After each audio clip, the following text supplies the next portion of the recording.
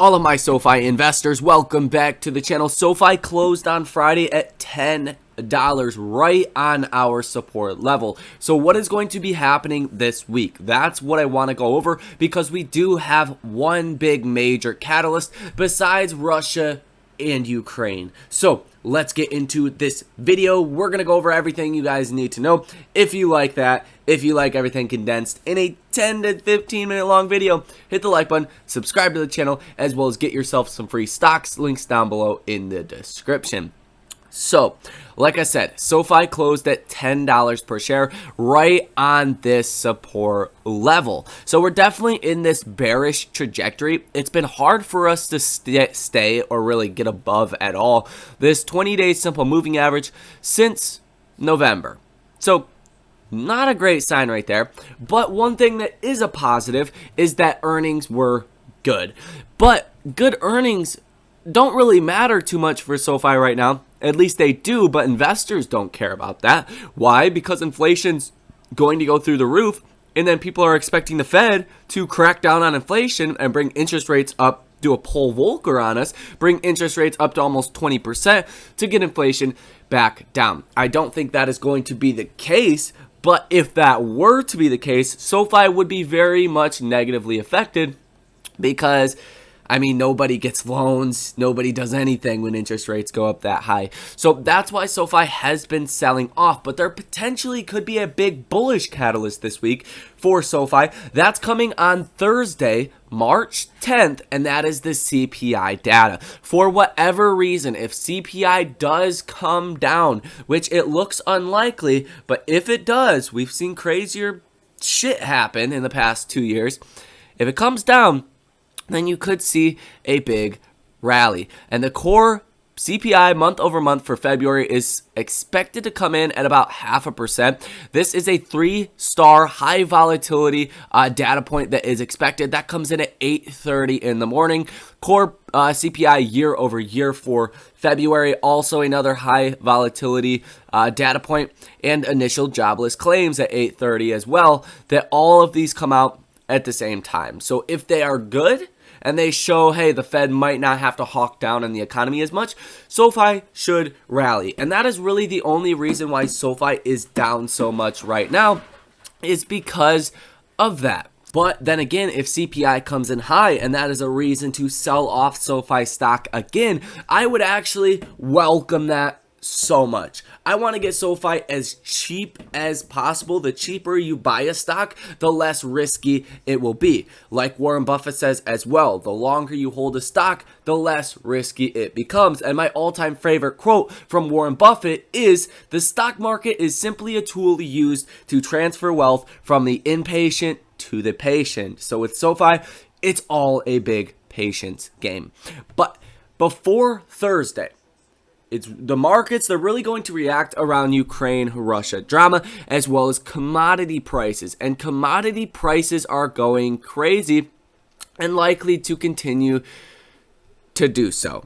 And take a look at some of these crazy headlines. It says, Russia's defense ministry says countries which use their airfields to supply Ukraine with fighter jets may be regarded as participants in the conflict. So what are you going to do? What are you going to do? Attack a NATO airbase and then really lose the war, Russia? Come on now, get real. But it's going to hurt the markets, and the markets probably going to be red because of that. Then you got China joining in over here. TikTok says it's suspending, wow, I can't talk, live streaming in Russia, and that is a Chinese company, TikTok. So pretty interesting right there. And the U.S. officials meet with regime in Venezuela to discuss oil exports to replace Russia's. And that's what Jen Psaki and the White House said on Friday was, hey, we're getting more bipartisan support to cut off Russia oil, and basically letting people know prices will go up, but it looks like that is going to happen. And at the same time, when commodities rise like that, oil, wheat, corn, sunflower oil, then you do see the markets react negatively.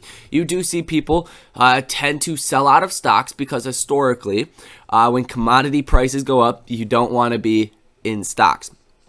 But Nevertheless, the 10-year Treasury bond went up about 10 points on Friday. So this means that there is more fear heading into the markets. If the Treasury yields go down, that's another key indication of a lot of fear. And you can actually see them ticking down right now. They're at 1.73%. It's doing some weird things right now, but it just said 1.72%. If you do see that continue to come down, that is telling you there is a flood to safety, a rush to safety. And you can just compare this to August. 10-year treasuries were giving you 1.17% because there was a lot of fear. Fear starts to go away, the yields start to go up, people sell off bonds, and then people start buying bonds again. And that drives down the yield, kind of like a dividend stock. You know, it's a fixed income you get, but depending on the price you acquire the asset, that's what you're going to get paid out. When 10-year treasury bonds rates fall, that means people are buying into them. They are pushing up the price of those treasuries, so giving you less of a yield. Vice versa, when the yields start to go up, they are selling out those treasuries and you get a better yield. So, pretty interesting, something I'll be paying very close attention to. And if you guys have not seen the pump, the national average for gas tops $4 a gallon since 2008. The second highest on a recorded record. So pretty interesting right there.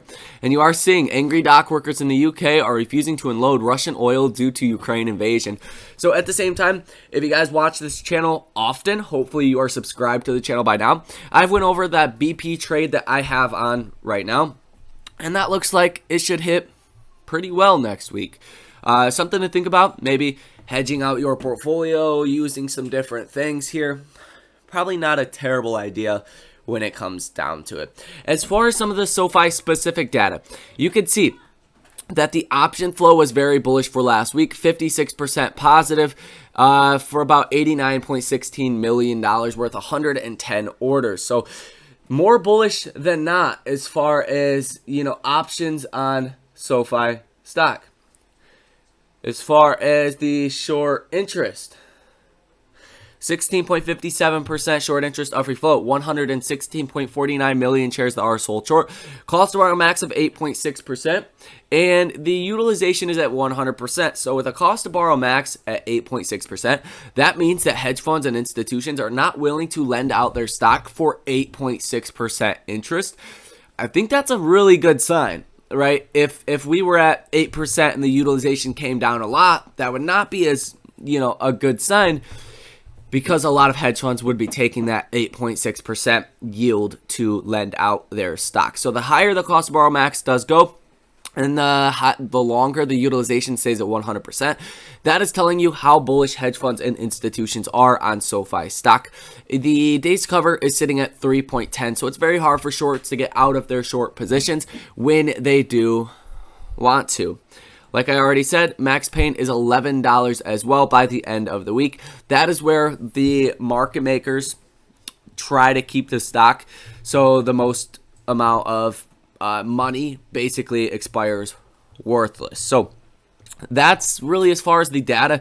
Not too much to actually say there. As far as the technicals, watch that $10 level of support. See if we can break above the 20-day simple moving average. If we do see a green day and you see some of the fears die down, if you do see some sort of solid ceasefire announcement or agreement to end the fighting, get ready for the biggest rally you have seen in a very long time. It looks unlikely, though. It looks like that's not going to happen, so I wouldn't hold my hat on it.